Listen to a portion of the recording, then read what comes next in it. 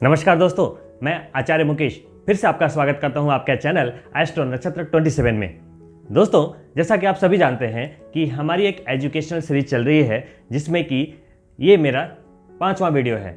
दोस्तों, पहले वीडियो में मैंने आपको सिखाया कि लग्न कैसे पहचानना है, दूसरे वीडियो में ग्रह राशियां और दिशाओं के बारे में जानकारी दी, तीसरी वीडियो में आपको बताया कि आप अपनी राशि कैसे पहचानें और चौथी वीडियो में मैंने आपको बताया कि 12 भाव जो कुंडली के होते हैं उसमें आप क्या क्या देख पाएंगे, उसमें क्या रहस्य छिपे हैं। तो अगर आपने इन टॉपिक्स के बारे में नहीं देखा है तो आप मेरी लाइब्रेरी में जाकर एस्ट्रो नक्षत्र 27 चैनल पे देख सकते हैं। और ये मेरा 5वां वीडियो बहुत ही ज़्यादा महत्वपूर्ण है क्योंकि लोगों के मन में जो सवाल होते हैं वो इस वीडियो से रिलेटेड बहुत ही ज़्यादा होते हैं। मैं आपको टॉपिक बता देता हूं। दोस्तों, इस वीडियो का टॉपिक है कि सबसे पहले तो जो ग्रहों की डिग्रियां होती हैं, कौन से ग्रह उच्च है नीच है, ये तो सभी लोग जानते हैं। ये उच्च है, राहु उच्च का है हमारा, सूर्य उच्च का है हमारा, शनि उच्च का है हमारा, तो बहुत अच्छा हो गया जी। तो मैं आपको ये समझाऊंगा कि सिर्फ उच्च ही होना अच्छाई की गारंटी नहीं है। शुभ अशुभ ये भी देखना जरूरी है कि पहले तो आपको देखना है कि शुभ है या अशुभ है, फिर उच्च और नीच होने से क्या फर्क पड़ता है। आपने लोगों को ये कहते सुना होगा, मेरा तो शनि उच्च का है तो क्या बहुत अच्छा हो गया, मेरा तो सूर्य नीच का है ना। तो लोग बोलते तो हैं लेकिन उन्हें एक्चुअली पता नहीं होता कि उच्च का होने से क्या होगा, नीच का होने से क्या होगा।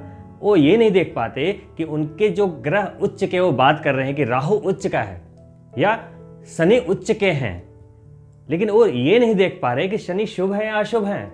वो शुभ होकर उच्च के हैं या अशुभ होकर उच्च के हैं, दोनों के रिजल्ट में अंतर आ जाएगा। किस भाव में बैठकर उच्च के हो रहे हैं, दृष्टियां कहां डाल रहे हैं, तो कई सिद्धांत हैं जो कि समझना एक एस्ट्रोलॉजर के बस की ही बात है। लेकिन मैं सिर्फ एक बेसिक जानकारी दे रहा हूं। मैंने बार बार बोला है कि आपको एस्ट्रोलॉजर बनाना मेरा मकसद नहीं है। मेरा मकसद सिर्फ इतना है कि आपको चीजों की बेसिक जानकारियां हो ताकि कोई भी आपको बेवकूफ ना बनाए।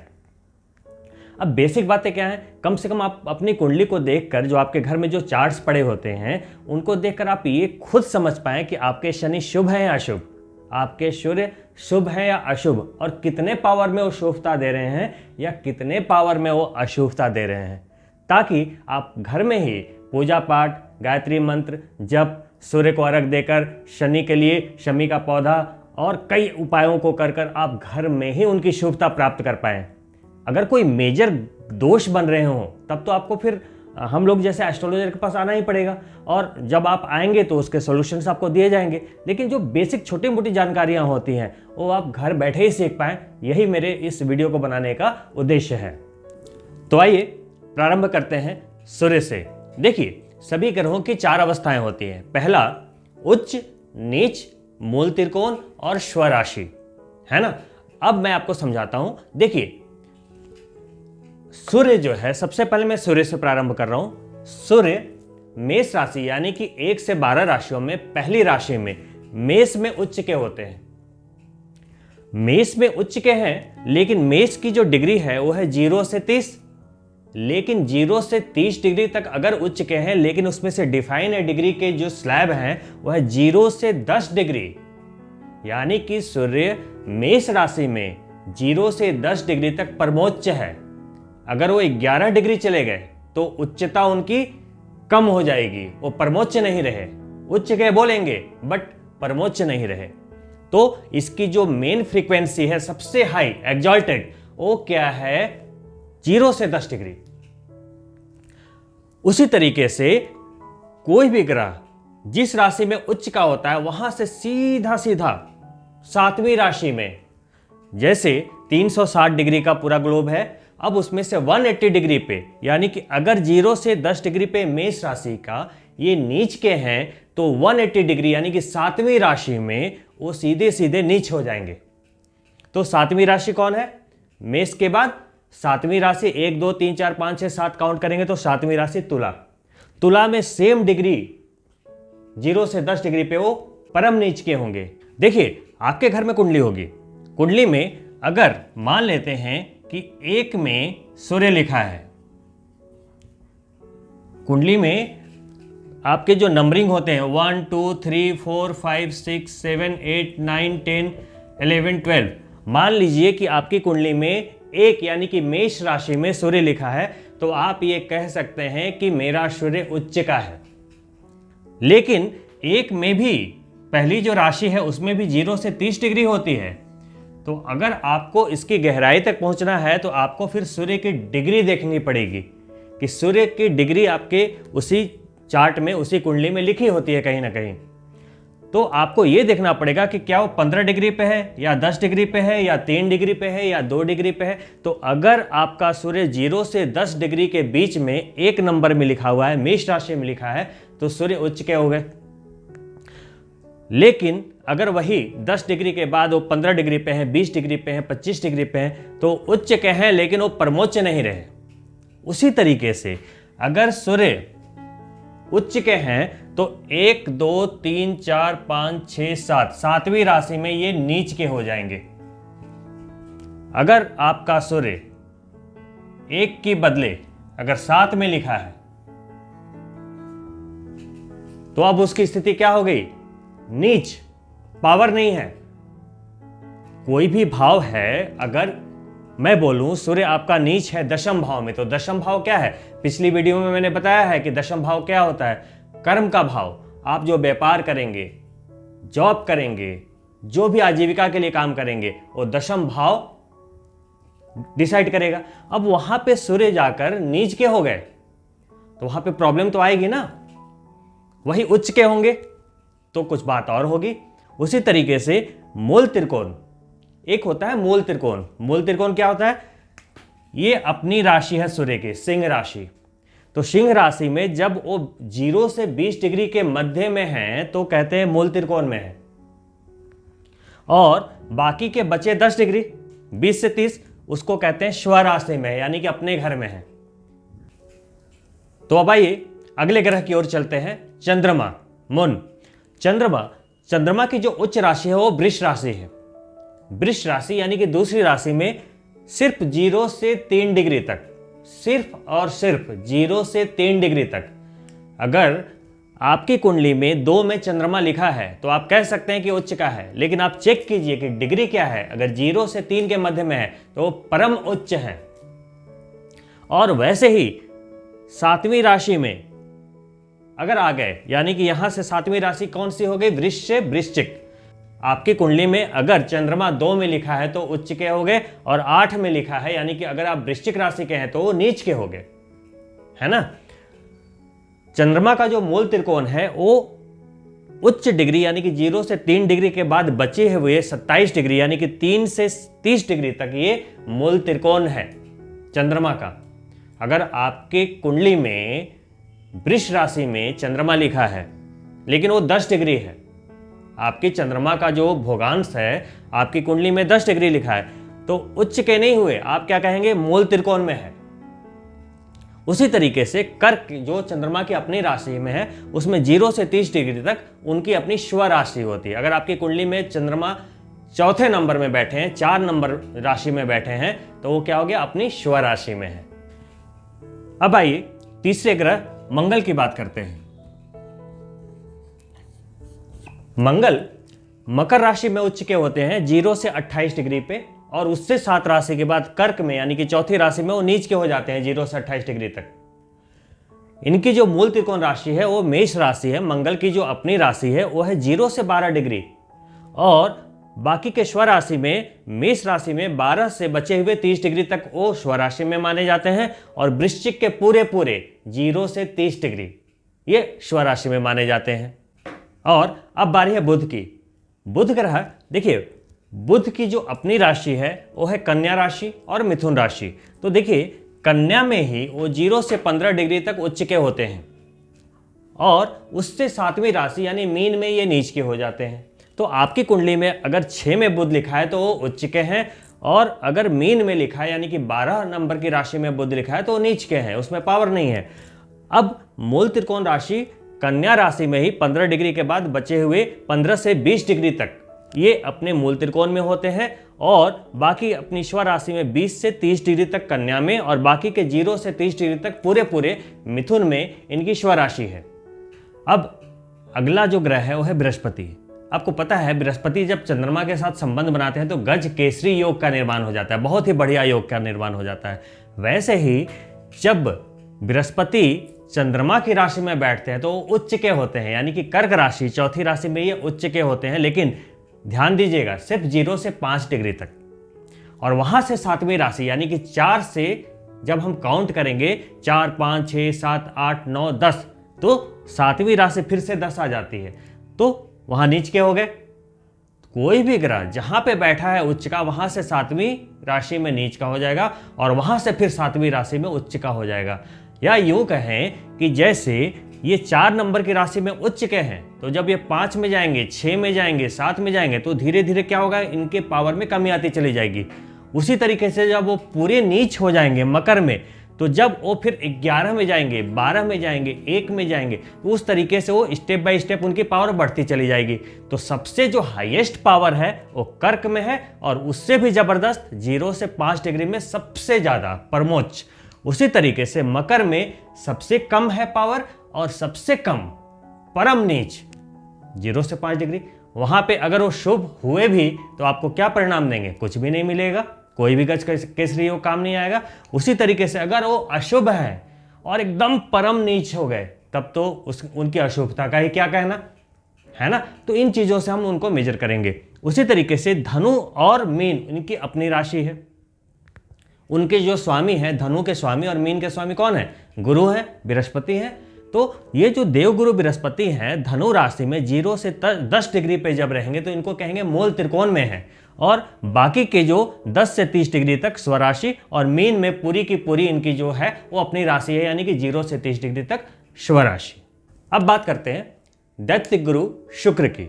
तो शुक्र देखिए, शुक्र की जो उच्च स्थिति है वो उनके दुश्मन की राशि यानी मीन, बृहस्पति की राशि में, मीन की राशि में वो 0 से 27 डिग्री तक उच्च के होते हैं। इसकी एक अलग स्टोरी है, वो बाद में कभी मौका मिलेगा तो मैं आपको बताऊंगा। कन्या राशि में यानी कि 12 के बाद अगर 7वीं राशि काउंट करें तो 6, कन्या राशि में ये नीच के हो जाते हैं। और मूल त्रिकोण तुला राशि में 0 से 15 डिग्री जो इनकी अपनी राशि है, और अपनी ही राशि में बाकी के बचे हुए 15 से 30 डिग्री तक ये स्वराशि में, और वृष जो इनकी अपनी राशि है वो पूरे के पूरे 0 से 30 डिग्री तक स्वराशि में माने जाते हैं। यानी कि आपकी कुंडली में अगर 12 नंबर में शुक्र बैठे हैं तो क्या हो गए, उच्च के। अगर 6 में बैठे हैं तो हो गए नीच के। अगर तुला राशि में है तो हो गए 15 डिग्री तक मूल त्रिकोण में, उसके बाद हो गए स्वराशि में। और अगर वृष राशि में कहीं भी शुक्र बैठे हैं, कितने भी डिग्री बैठे हैं, तो वो स्वराशि में काउंट होंगे। शनि कर्मफलदाता, ये जो है तुला राशि यानी संतुलन की राशि में 0 से 20 डिग्री तक, एक बहुत बड़ा अनुपात है, 0 से 20 डिग्री तक अगर ये तुला राशि में है तो परम उच्च माने जाते हैं। और वही अपनी मेष राशि में यानी कि जहां इनके पिता सूर्य उच्च के होते हैं वहां ये नीच के हो जाते हैं। यानी कि मंगल की राशि यानी मेष की राशि में उतने ही 0 से 20 डिग्री, मतलब 7 नंबर से 1 नंबर, यहाँ भी 7 राशियों का डिफरेंस है, तो मेष राशि में ये 0 से 20 डिग्री तक नीच के रहेंगे। अब इनकी 2 राशि होती है, आपको सभी को पता है, मकर और कुंभ, 10 और 11। तो जो 11वीं राशि है कुंभ में, ये 0 से 20 डिग्री तक इनके मूल त्रिकोण में है, और बाकी के बचे हुए 20 से 30 डिग्री तक स्वराशि में, और मकर 0 से 30 डिग्री तक पूरा पूरा स्वामी तत्व रखते हैं स्वराशि के।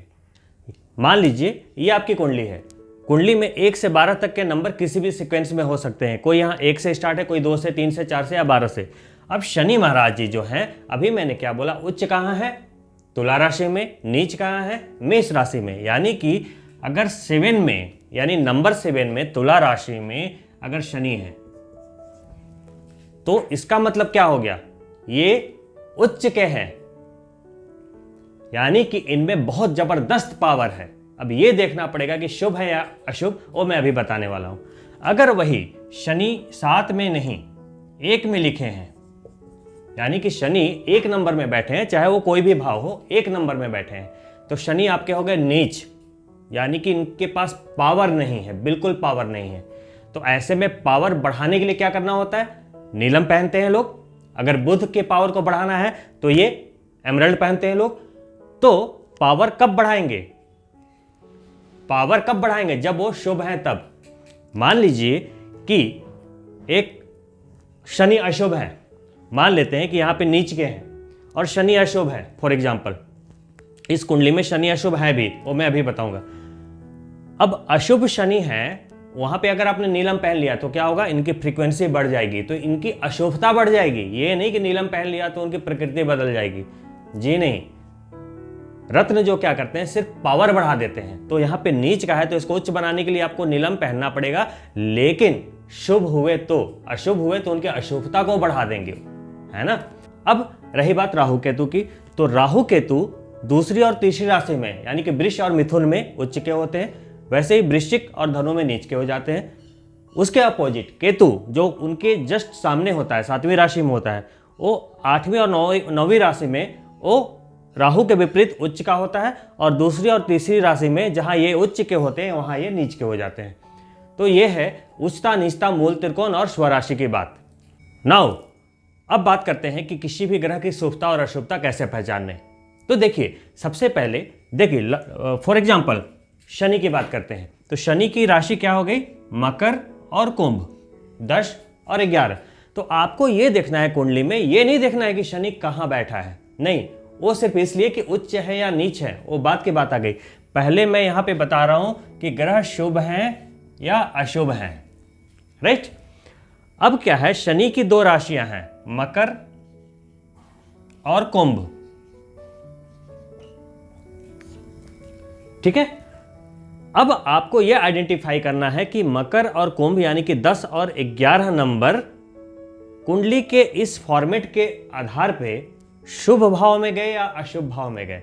देखिए, ये कुंडली बनी है, इसमें ये चारों केंद्र भाव कहते हैं, केंद्र केंद्र केंद्र केंद्र, केंद्र भाव कहते हैं। इसके अलावा एक जो पहला भाव होता है वो शुभ भाव होता है, 5वां भाव शुभ भाव और 9वां भाव शुभ भाव, इसमें कोई भी संदेह नहीं है। यानी कि 1, 5 और 9 ये हो गए आपकी कुंडली के सबसे जबरदस्त पॉजिटिव भाव। अब बाकी के जो ये केंद्र के भाव हैं उसको, उसकी शुभता अशुभता का जो कैलकुलेशन होता है वहां बैठे ग्रहों के आधार पे होता है, यानी कि उसको कहते हैं सम, न्यूट्रल, ना शुभ ना अशुभ। उसी तरीके से 2 भाव यानी कि 2nd और 7th, इसको कहते हैं किलर यानी मारक भाव। सीधा सीधा आपके लैंग्वेज में 7th हाउस और 2nd हाउस मारक हो गए और ये भी समभाव कहलाते हैं। अब अशुभ, निर्विवाद, अशुभ क्या कहेंगे, जैसे ये शुभ हैं तो 3, 6 और 11 यानी कि तीसरा भाव, छठा भाव और 11वां भाव निर्विवाद अशुभ हैं।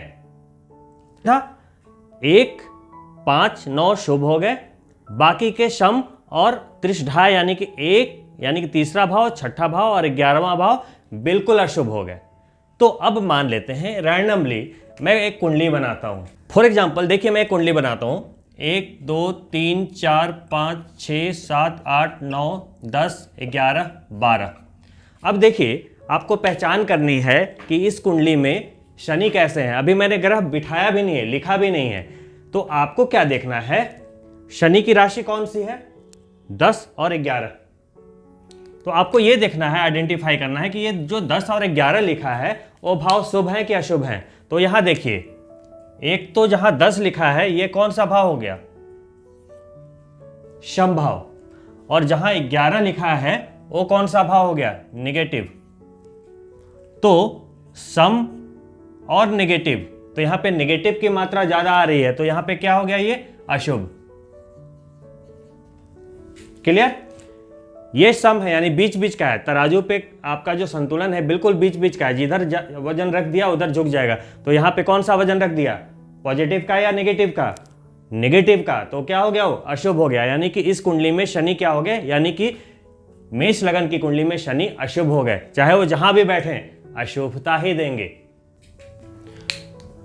मैंने दोबारा एक कुंडली बना ली। अब यहां पे 2, 3, 4, 5, 6, 7, 8, 9, 10 और 11, 12, 1 ये लिख दिया। अब यहां पे देखिए शनि कैसे हैं, दूसरी कुंडली है, वृष लगन की कुंडली हो गई।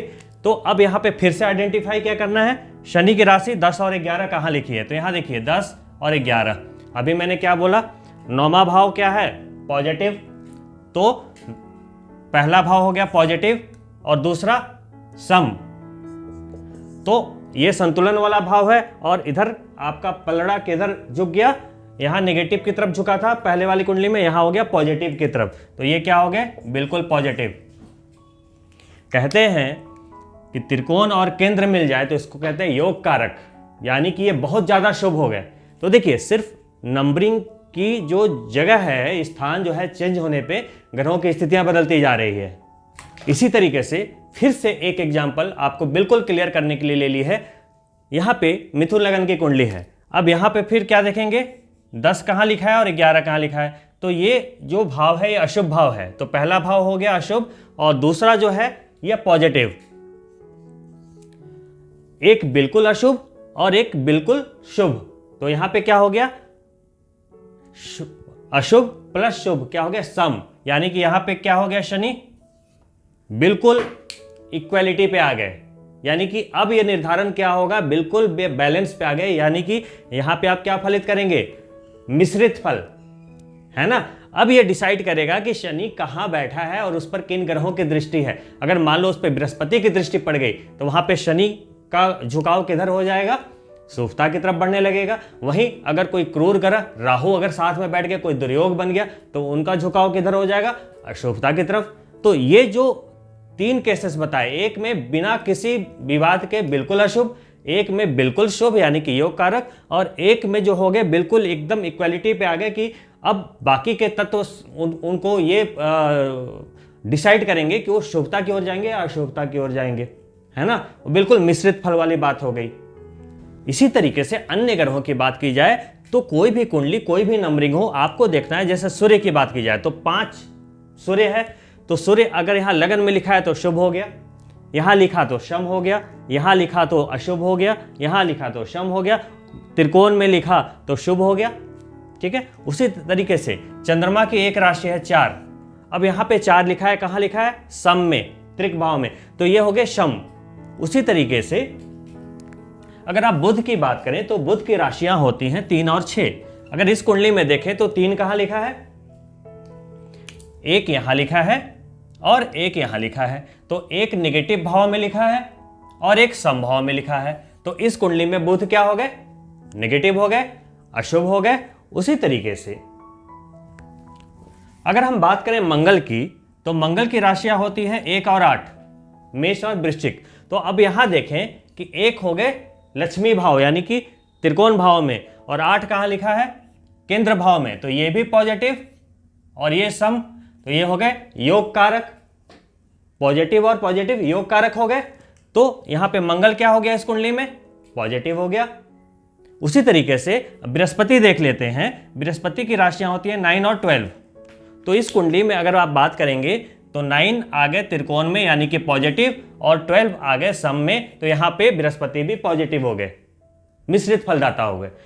तो आप इसी तरीके से आप अपनी कुंडलियों में भाव के जो औरा होते हैं, यानी कि जो केंद्र भाव और त्रिकोण भाव को बढ़िया भाव माना गया है, अब उसमें से एक यानी कि पहला केंद्र भाव और त्रिकोण भाव बिल्कुल जबरदस्त बहुत बढ़िया है।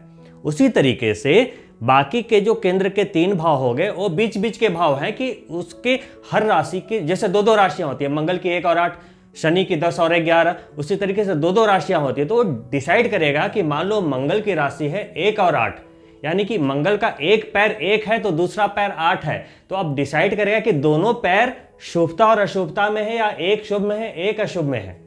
मान लो आपके 2 दोस्त हैं, एक दोस्त अच्छा है एक बुरा है, तो अब आप बुरे दोस्त के साथ बैठेंगे तो आपके दिमाग में बुराई आएगी, अच्छे दोस्त के साथ बैठेंगे तो अच्छा ही आएगी। लेकिन मान लो आपके दोनों ही दोस्त बढ़िया हैं तो क्या होगा? अच्छा ही आएगी। और मान लो दोनों ही बुरा है तो बहुत बुराई आ जाएगी। तो वैसे ही यहाँ भी है। तो आपको इस वीडियो में, चूंकि ये वीडियो काफ़ी लंबा हो चुका है, तो अब मैं विराम देना चाहूँगा और अभी के इस वीडियो में मैं रिकैप कर देता हूँ आपको क्या क्या बताया। सबसे पहले मैंने जो प्रारंभ किया वो उच्चता, नीचता, मूल त्रिकोण और स्वराशि क्या होते हैं और उनकी डिग्रियां क्या होती है, और आप किसी भी ग्रह की शुभता अशुभता कैसे पहचानेंगे वो मैंने बताया।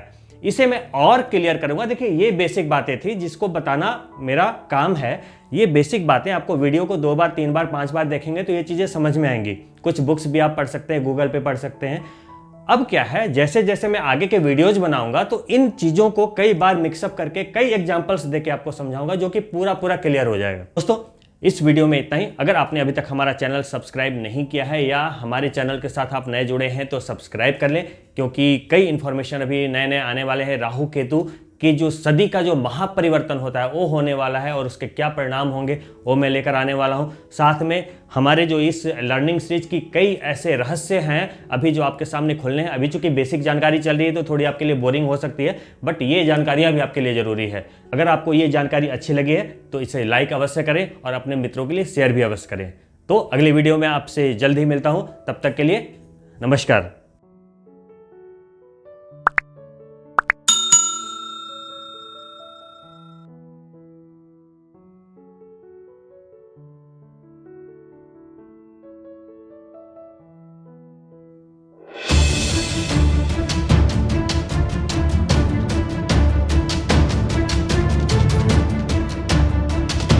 अगर आपके कर्म अच्छे हैं तो आपको शनिदेव से डरने की बिल्कुल जरूरत नहीं है।